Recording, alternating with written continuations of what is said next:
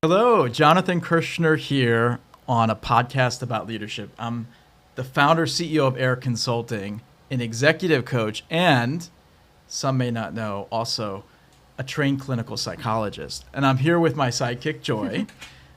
We do a podcast on leadership and have the delight and honor to interview and connect and dialogue with special people. And today we have Dr. Davida Vogel.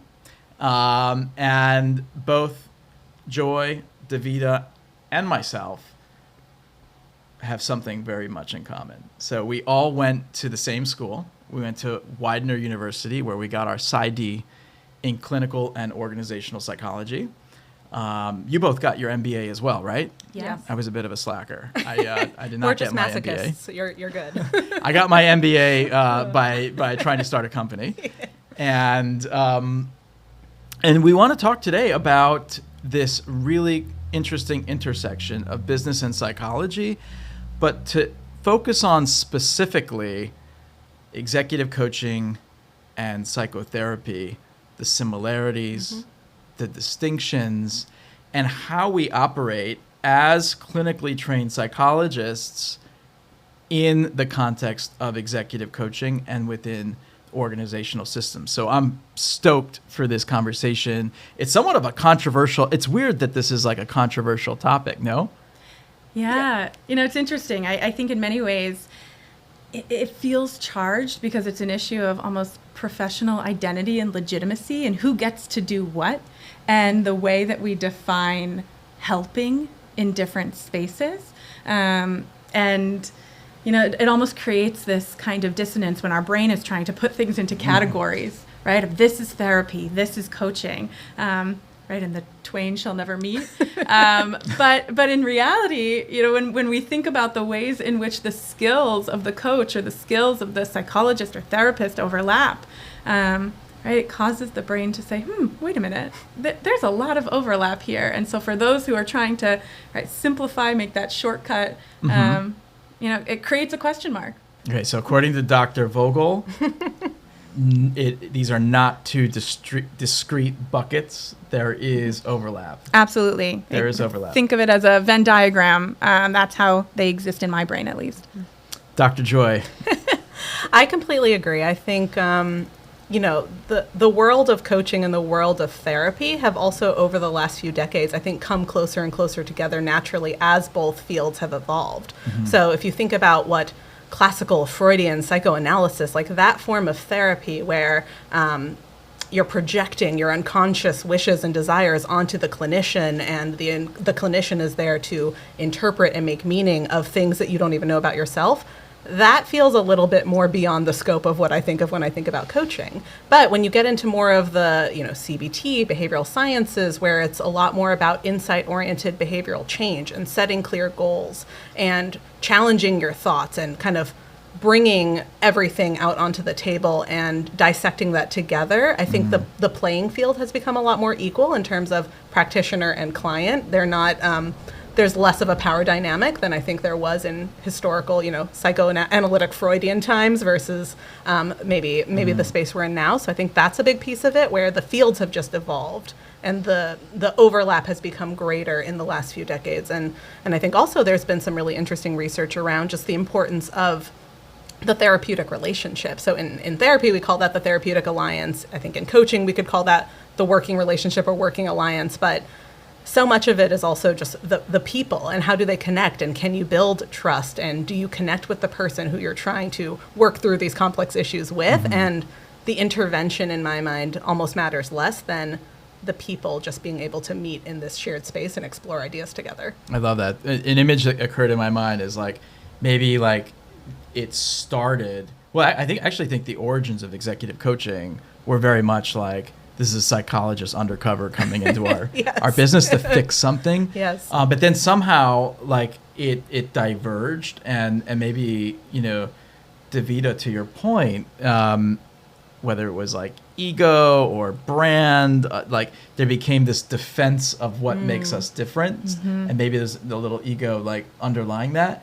But what I'm hearing from you, Joy, is that like there might be now this, you know, incremental convergence where one world, like psychotherapy, might be like, wow, somebody could get like, a high impact results and behavior change within 6 to 9 months and not 3 to 5 years. Right. And you might have also on the sort of traditional executive coaching side saying like, ooh, if I can get a little more holistic in my practice, right? Maybe, obviously we're focused on business performance and work and leadership, but like how an individual shows up in their home life, in their personal life, that probably contributes in some way. And so how do we bring that in? Yeah. So that's fascinating. I do actually want to just back up for a moment and ask you both, like, what you went into this field presumably with the goal of working with people, healing people, creating transformation in somebody's lives, and 5 years of pain later, or more, depending on how long it takes to write the dissertation. Here we are as executive coaches. I know both of you still continue to maintain psychotherapy practices on the side. But, maybe help me understand, like, why this path? Why the path of executive coaching?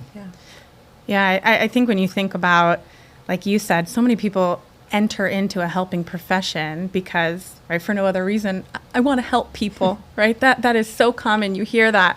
And when you think about coaching and therapy both falling on the spectrum of helping people to achieve developmental improvement, lasting change, there's the one piece of, doing that in a therapeutic context, but then doing that in a business context where there is that cascading effect and impact. These are individuals, I think, you really think about there's a different starting point and a different ending point to coaching and therapy. You might approach an executive who is quite successful already and think about what's going to move the needle and making you even more impactful, and how does that impact your circle in a way that is just almost immeasurable. There's something that speaks to, right? It's not just I want to help a person. I want to help people so broadly in a way that I can't even conceive of where that impact might lead. Meaning because like this is a leader and they have influence on others. It's not just exactly an individual that might be. I mean, an individual could have also influence on others, but it's different than leading an organization of 20,000 people, for example. Absolutely. Yeah. Wow. I think what drew me as well, in addition to what Davida said, which I completely agree with, just the level of, I guess the level of the person that tends to go through executive coaching, the willingness to engage and push themselves, and motivation behind the engagement tends to just show up differently in an executive coaching leadership space than maybe someone who's seeking help because they're not functioning at an optimal level. Typically, and not always, typically somebody seeks out therapy because they're struggling with something that's inhibiting their ability to function at an optimal baseline level. They're clinically depressed and they can't hold down a job, they can't hold down relationships, they're unhappy, they're overly anxious. And typically when we work with leaders, it's a very different population. It's high-performing individuals who are naturally very motivated, and it's more about enhancing some of their great qualities and things that are working well, maybe exploring some of those blind spots, but it's elevating versus getting people to kind of like a baseline. Yeah. Right. Yeah. And even thinking about like from the clinical perspective, to get reimbursed by insurance, you have to give someone a clinical diagnosis. You have to pull something from the DSM and say, here's what's, pathologically wrong with you and we can debate the merits of that model and that framework and the over-medicalization of therapy. But just the framing and the orientation and the reason people seek therapy is typically very different than the folks who go through coaching. And I love both, which is why I am engaged in both. But for me, I think the pull was to really work with that population who's looking to enhance and elevate and have that multiplier effect. That just feels really empowering to the individual and to me as the person that gets to watch them grow. Yeah. There's another piece that also strikes me in terms of, and Joy, you made mention of this before, in terms of what are you bringing in terms of the relationship to the either the therapy space or to the coaching space. And there is an inherent power dynamic in the therapy model, which requires the therapist to show up in a very specific way and have a lot of attunement to ethics, relationships. And not to say that that doesn't exist in coaching, but in coaching, there's more of a level. You're like on the same bench. Exactly. You're ways. approaching an equal, but you're serving a particular function for them. And so being able to apply principles of psychology in these two different ways and coming at the relationship with a slight nuance there of what that allows you to do with that foundational skill, that foundational knowledge, that's exciting to flex that muscle, right? Using slightly different part of your brain in the work. And as a person who loves doing a lot of things, that excites me. Yeah. I think there's also just such a need for this type of work and this type of application in the workplace. I mean, my dissertation in grad school was how to bring cognitive behavioral therapy and acceptance and commitment therapy best practices into organizations to help with conflict resolution. So it was specifically looking at what are some best practices that we know about from, everything is the study of human behavior. So we're just applying that in the work field versus on a couch. And so we're probably going to change our language and not bring some of the psychobabble or maybe $5 words that they teach us in school to give us a fancy name for something that I think most of us know intuitively to be true. Intrapsychic. Intrapsychic, yeah. Exactly. Projective identification. Exactly. That's $10 there. $10. Yeah. So I remember, we all went through the same program, IGCP, Widener University. Yeah. Woo, woo. Great school. Yeah, Absolutely. Anecdotally, whenever I tell friends from New York or anywhere really, like I moved to Philadelphia to go to school, they're like, "Oh, you went to Penn?" I'm like, "No, it wasn't that. No, I go to Widener." And they're like, "Oh, awesome!" But for reals, Widener is the best PsyD program, and the oldest PsyD program in the country. Program in the country, and we all went through it, right? Yeah. We all went through that experience of goodness and pain, and we all got taught by Dr. Bill Haas. Yeah. And who was taught by Dr. Carol Wassilishin, and a real tradition and lineage, starting from the pioneers of executive coaching. I remember my first class, the big sort of like mind-blowing moment was the question, who is the client, right? Because I'm like, I took the class 3 years into my clinical training, and there's only one client. Right. And it's the client. Right. Right?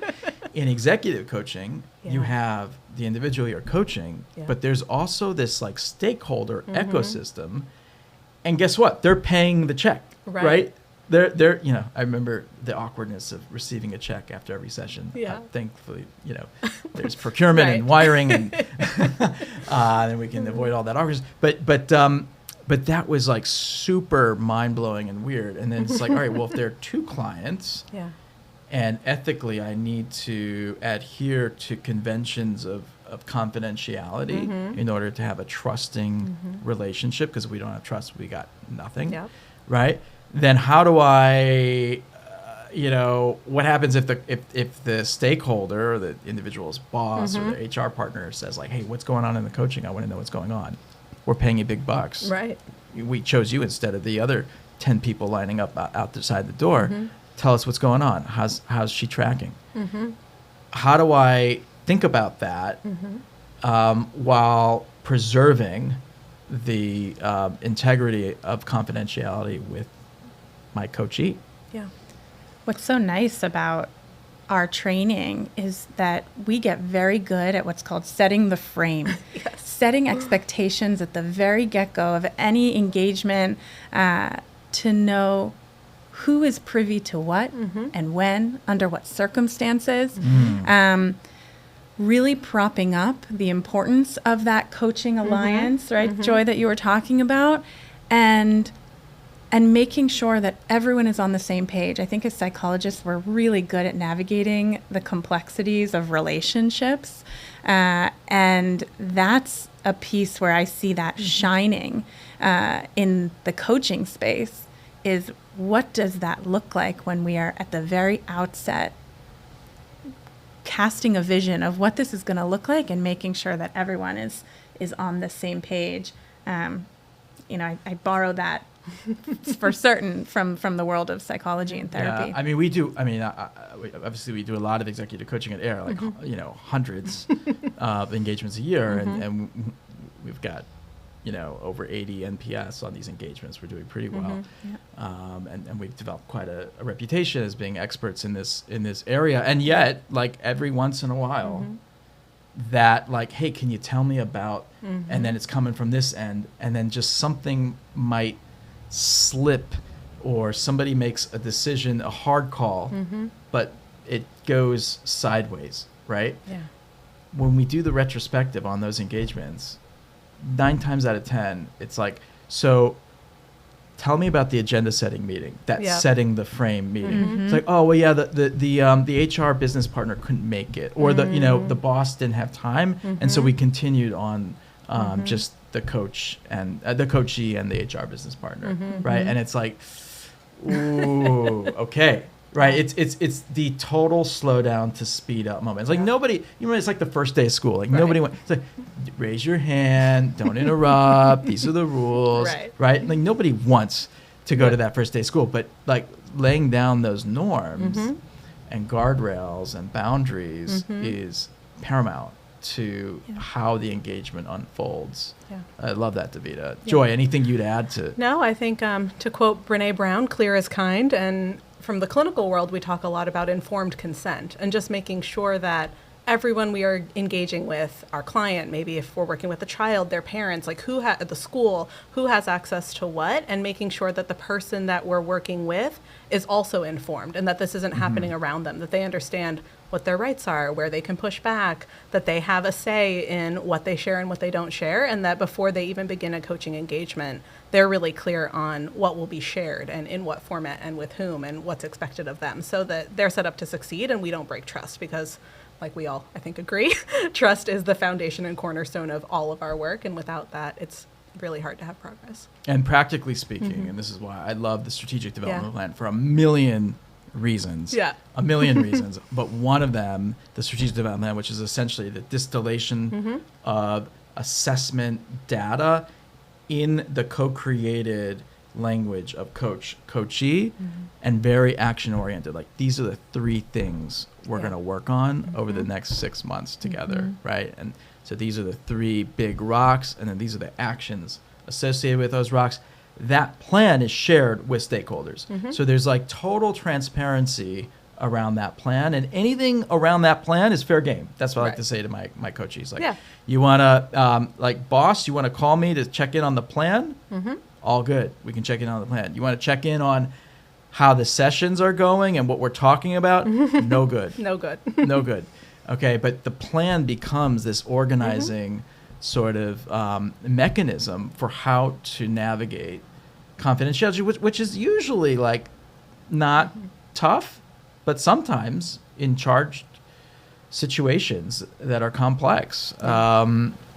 And sometimes the occasional remedial type of executive coaching engagement, it does absolutely come up. Well, I find so much value in those alignment meetings, not just in the beginning, but also along the journey. So usually, depending on the length of the journey, we'll have 1, 2, sometimes 3 check-in points with a stakeholder or various leaders in the organization to make sure that everybody is happy, but it also gives the coachee the chance to share and showcase and own the narrative of the work. And that way, the stakeholders aren't necessarily coming to us to say what's going on. We have that check-in built in where they can ask and we can talk through with our clients. It's so important because I'll never forget, this was, 8 years ago, won't name the company, very large, Fortune 100 organization that had an executive coach, a psychologist, who not only like was embedded like with lots of engagements, not only was walking the halls, but actually had an office. It was like at the end of the hall, and nobody was like allowed around the office. And this coach would not share anything, like not updates on the dev plan, not these calibration meetings, not check-ins. It was really taking confidentiality to the extreme, assuming like making, under the premise that the client is just the coachee, right? And that's different, right? That's different than how we roll. Well, you think about then the work gets so siloed out, and you wonder how much is able to be accomplished, right? That erases the whole system, right? As psychologists, we think from a systems view, a systems perspective. A person is not a person in a vacuum, right? And especially when we're doing coaching, the organization, the individuals in that leader's orbit make such a difference in either supporting the goals and that strategic development plan, or posing real challenges and blocks for the individual in terms of making movement. So it's interesting to hear that, knowing what we know as psychologists from that systems view. Yeah, I mean, behavior is a function of the person and their environment. And that's, so as psychologists, that is an interesting, differentiator that, I personally kind of take it for granted. But yeah, we were trained in systems thinking. Yep. And that actually really helps. Yeah. Right? Because a person doesn't just operate in isolation. Happens to be, we replaced that coach, right? So I would actually love to get into the work itself a little bit, right? And let's get nerdy. Let's get nerdy. I mean, there's some who would argue that your technique, your method, your modality, whether you're cognitive behavioral or existential, humanistic, ACT, motivational interviewing, you name it, psychodynamic, object of relations, whatever it is, there are those that would argue that you just being there as a warm body, maybe saying, some reflective, how do you feel about that? And how do you the occasional, how does that make you feel? Right. That is actually the number one contributor to somebody's change. There are some who will say that. And I think there's some legitimacy to it. We are humans. We like connection, we like to feel cared for, and we like to feel special. Yeah. Right? Okay, so let's just say that accounts for 60%. Yeah. Okay, sure. That other 40%. I'd love to know, what tools are in your toolkit? What are you finding to be helpful in executive coaching? Either just in general or from your psychological training and that toolkit?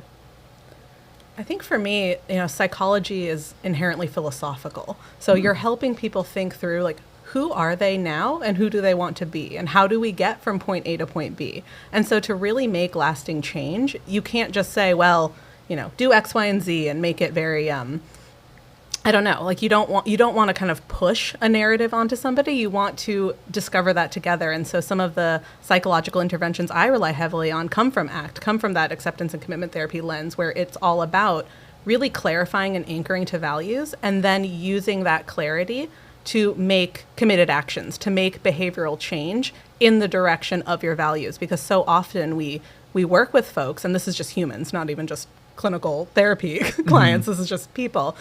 We get really caught up in our fear. That can make us avoidant. That can lead us down a path of acting as if the thing we're afraid of is true, instead of leading from a place of conviction and a place of value and moving towards things that support who we want to be and what we deeply care about. And so getting people to, I think, separate and diffuse, to use a real nerdy term, cognitive diffusion, separate from what they're wedded to and unhelpful ways of thinking and move towards the things that actually matter as opposed to things that they're afraid of, has been really, really helpful and powerful. And I use that in coaching and therapy.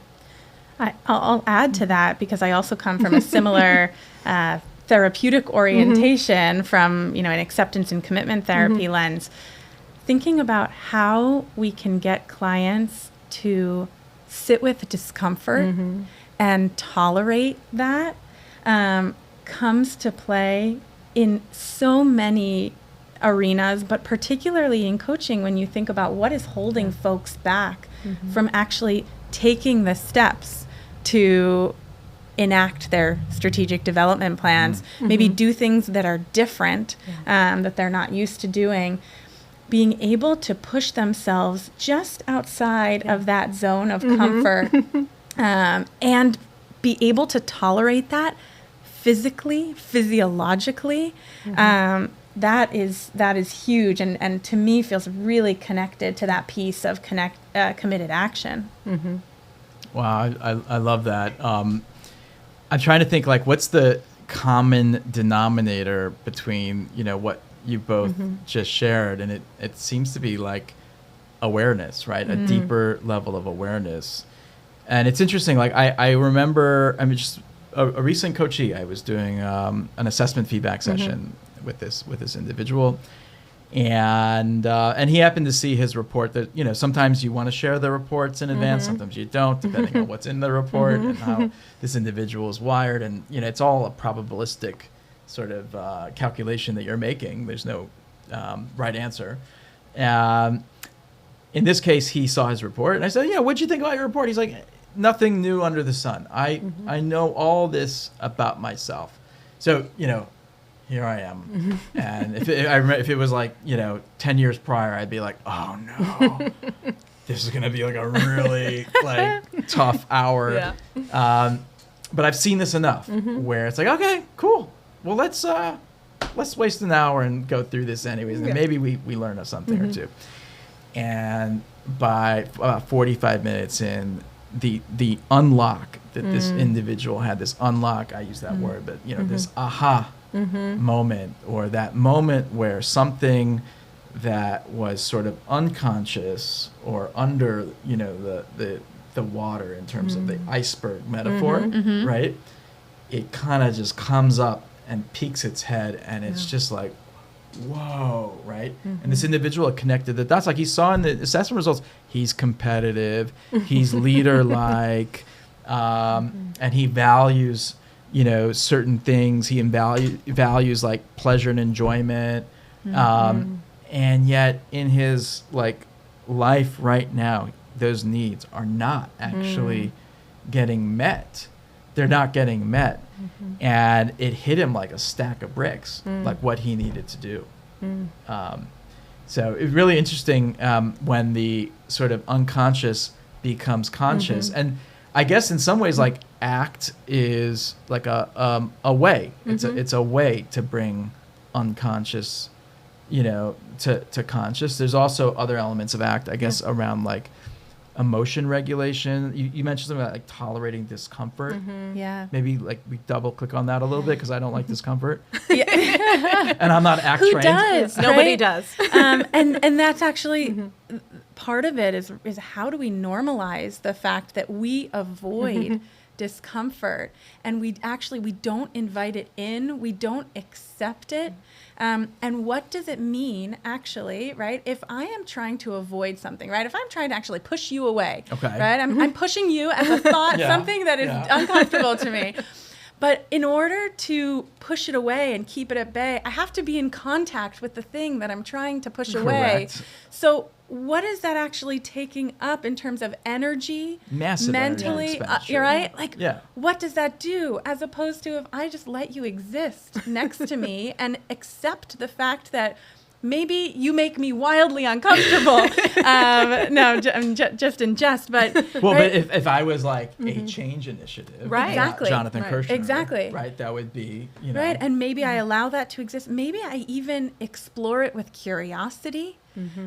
Maybe I get at it from different angles, from different sensory experiences, right? Both in the body, in the mind. What does that then do to our ability for our ability to actually make steps towards those changes and enact them? I love that. So you could take that 30 to 40% energy that you're just like churning in your head, and you know you're like, you know, just total energy depletion. You could just reclaim that and use it towards like your goals and towards more productive and constructive things. I love it. Okay. Can we talk about transference and countertransference? Let's do it. Of course. So I found those words highly confusing and weird. But they are foundational concepts within psychotherapy training. Transference, the vibe that a client or patient would sort of transfer onto the therapist, and countertransference being like you sort of experiencing something and kind of being able to like step outside of yourself and saying, hey, I'm feeling tired, I'm feeling angry, I'm feeling like I need to jump in and save this person, interpreting that feeling, which in some ways there's like different, categories of these feelings or archetypes, and then saying, all right, based on that category, here's how I'm going to intervene. Yeah. And so I found that fascinating. Yeah. And what I found really fascinating is like, as the therapist, or, if we bring it into coaching, you're using yourself as a tool. So it's not just like, I know how to do CBT, what's the right. false belief right. or the maladaptive right. belief that what underlies are the next steps these on the behaviors, protocol? or even ACT. I won't make fun of while you're here. No, it's not. You're using yourself as a tool. That's fascinating. Curious if you all have had, success with those concepts. Obviously in therapy, but in coaching. I think all the time. Who people are in their personal life is who they are at work a lot of the time. So recognizing that we are kind of the amalgamation of our biology, our psychology, and our social environment, and that shows up in the workplace as well as in their personal lives, we can use that knowledge and use that full view of a person and use what they're maybe putting onto us and how we're feeling in response to that, and use that as data to say, okay, I'm experiencing this need to save you. What does that say about my psychology? What does that say about what they're pulling from? And maybe some other relational patterns, like maybe their boss finds them needy because I find them a little needy, or I find them frustrating. I wonder how other people find them, and just using that as data to inform the course of work and share feedback. I think that's another thing that we're really trained in that doesn't always come about in other modalities, is the ability to say something really hard and potentially activating for someone in a way that they can hear and will appreciate you for it, not be resistant or upset or offended or all sorts of reactions. But how do we say the really hard thing that they need to say? And where that feedback becomes a gift. Right. A gift rather than something that could be hurtful. Right. And you need to anchor to the relationship to do that. You can't just meet someone for the first time and say, I find you frustrating. You have to kind of build that rapport and build that relationship and build that safe space so that when you say, hey, I've noticed X, Y, and Z coming up for me, I wonder if other people experience that, or what do you mean when you say this, or when you say it this way, I feel this. Have you ever thought about that? You're able to explore that in a way that is, leading with curiosity. I also think that when the coach is attuned to, or the therapist, attuned to the transference or the countertransference in the room, it requires a whole nother level of awareness.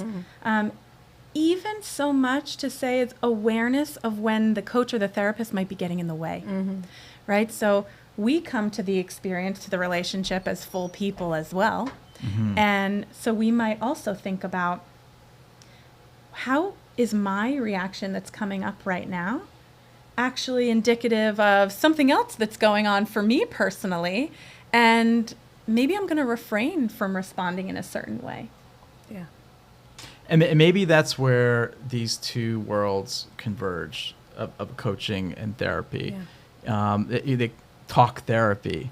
Coaching is asking deep, open-ended, powerful questions, right? If you wanted to be a real purist, right? For what reason? So that the individual could talk, right? And what would Freud say? He's just like, just talk, just talk, just talk. Right. Free associate. You want to lay down on the couch? Right. Great. You want to lay down while I'm smoking a pipe? Great. I won't even face you. Right. I might even sleep myself. Right. But talk and as the psychoanalysts would say, all roads lead to Rome. Like, so you could be talking about how you don't like the water today and how you've been irritated and you didn't get your parking spot, and that reminded me of how I felt here, and before you know it, you're like sobbing and talking about some trauma or some kind of relationship that really, really left a mark. So it's just like, so how do we talk? Like, what are the rules? And like, what do we talk about? That's where it seems to be like up for grabs in terms of defining one's boundaries between coaching and therapy. Yeah, and I think psychologists who become coaches are also likely a lot more comfortable probing at some of those deeper questions of what makes someone who they are. Like the person I'm experiencing now came to be that way through a number of experiences. So asking people about their relationship with their parents, which you wouldn't necessarily think of as a coaching question, I find it incredibly valuable just to understand what are some of those early learnings they experienced and habits they formed and maybe attachment styles that they developed because of the world they grew up in, and how is that showing up for them as a leader. So I think those are maybe things that without the training, I would have to develop comfort exploring that in a different way. Not to say that you can't get there if you're not a therapist, but we just have a deeper, I think, more tangible level of comfort with those types of questions. And just so naturally rooting ourselves in, what we call in the psychology world, the biopsychosocial model of what are the factors that interact that make someone show up the way that they do. And so being able to ask questions, it actually allows you a multifaceted way of approaching coaching, approaching a person when you have all of those factors, right, just at the tip of your tongue or the tip of your fingers. Maybe it really does matter how someone is sleeping, how someone's diet is, in how they're able to show up at work every day. And again, questions that you might not think about in the coaching space, but really impact someone's functioning and how they can be. Yeah. Well, for me, one of the most brilliant contributions of psychology to human performance, human functioning, frankly, is this notion of the unconscious, right? And even if you were like, oh, that's fake news, like there's no such thing as the unconscious. Like I don't think anybody would argue, even like the very sort of research-driven CBT therapists, they would say that there's an underlying like sort of cognitive schema or maladaptive belief that you're just not thinking about when you do this, OCD-ish or perfectionistic behavior, or when you have this reflexive reaction towards something, right? So whatever you want to call it, unconscious, lack of awareness. There's something that sits under, under the water in this iceberg. And one of the things that I think is so powerful that we do at AIIR, in our AIIR methodology for coaching, is a developmental history interview, right? Huge. Where it's a 2-hour meeting. It's a long time. Some people do it for like 4 or 5 hours. That's way too long. Overboard. But we're talking about, tell me what it was like growing up. Tell me about your family system. Right. Tell me about your early education. Right. Your friends. Your first job. Your career trajectory. Where you're at right now. Where you want to go. Right. And inevitably taking that data, that information, and triangulating that with 360 data and psychometric data leads to this like wellspring of aha, right? Which is essentially taking that which is unconscious and making it conscious. I mean, in some ways, like people, we're all like kind of walking around, we're navigating this world, and the light that we have is like, everybody's got a different level of dimness, right, to the light. And, it's the average person, right, we're just repeating habits and behaviors that, like, if you were to be like entirely objective, it's like that's silly. I'm in a loop. I'm just in a loop. Well, and within ACT, it's kind of rooted in functional contextualism, which is your behaviors serve a purpose at the time, but sometimes those behaviors linger on even after they're serving a purpose. Like say if as a child, maybe you, God forbid, have like an abusive relative, and so you've learned to become really attuned and fearful around loud sounds. But now as an adult, you're safe, that person's gone, whatever it is, but you still have this kind of hyper arousal or reactivity to loud sounds. Like that made sense. It's been wired into you. It's been wired in. So how do you bring awareness to that, recognize the function of it, and that the function of your environment has shifted, and how can I relate to my environment in a way that's now working for me in a non-judgmental way? How do we explore the function and context of the world we live in this present moment? And I think it takes a lot of finesse on the partner that helps enlighten you, or helps you on your path towards, right, having your light just illuminated a bit more. Right. I mean, you could, take a really like heavy duty flashlight and shine it and say, hey, like here's the truth. Right. But then you've scarred the individual Right. and they're not Absolutely. coming back. Right. So there's an art to Yeah. this, obviously. Right. But clearly, the successful engagements we've done have been using this metaphor, essentially increasing the amount of light, so that an individual can see more clearly and in seeing more clearly make more conscious decisions than unconscious. We're coming up on time here, and where do we go? Right, like magic wand, or what do we want to impart? On our viewers. I would ask, Joy, what gives you the most energy in the work you do? I think it's the partnership and being able to really work with somebody, get to know them. There's like a level of intimacy that comes about from those one-to-one dyad relationships where you're really getting to know someone and you're putting a lot of yourself in there and getting to see them flourish and thrive and make changes and discover. It's almost, I have 2 kids. It's almost like parental in a way where you just become so proud on their behalf. And it's just such a privilege to get to support and facilitate their growth, that, people sometimes when they have a great coaching engagement, I'm very happy, but they'll be like, thank you so much. And I'm like, you did all the work. Like I'm the vessel, I'm the Sherpa here, but you climbed Everest on your own. Like you had to dig deep and find the willpower. So I think it's in those beautiful moments where you've seen someone complete a journey that maybe they didn't think they could do, and you got to just observe and put a lot of yourself into that as well. And it's just very fulfilling. I love it. I love it. Thank you, Joy. Davida, I want to sign up on your wait list to get coached by Davida. Yes.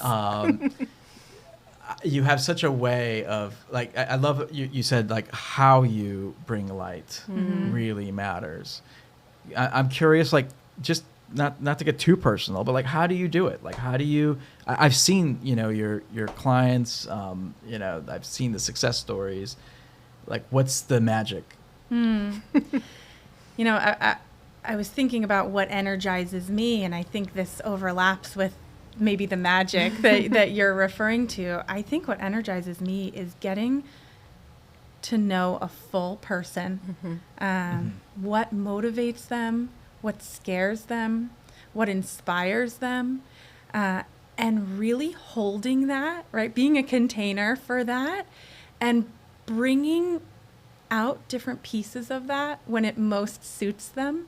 So really being able to be attuned to another person is the piece that I get most excited about, but I also think is likely what helps move the needle and make people feel like that is an environment where they can experiment, right? Where they can push themselves just outside their window of tolerance. And it's really exciting to see how brave folks can be in doing that when they have that connection and they feel really fully seen When as they feel as a safe whole and they have the person. connection. That's amazing. Yeah.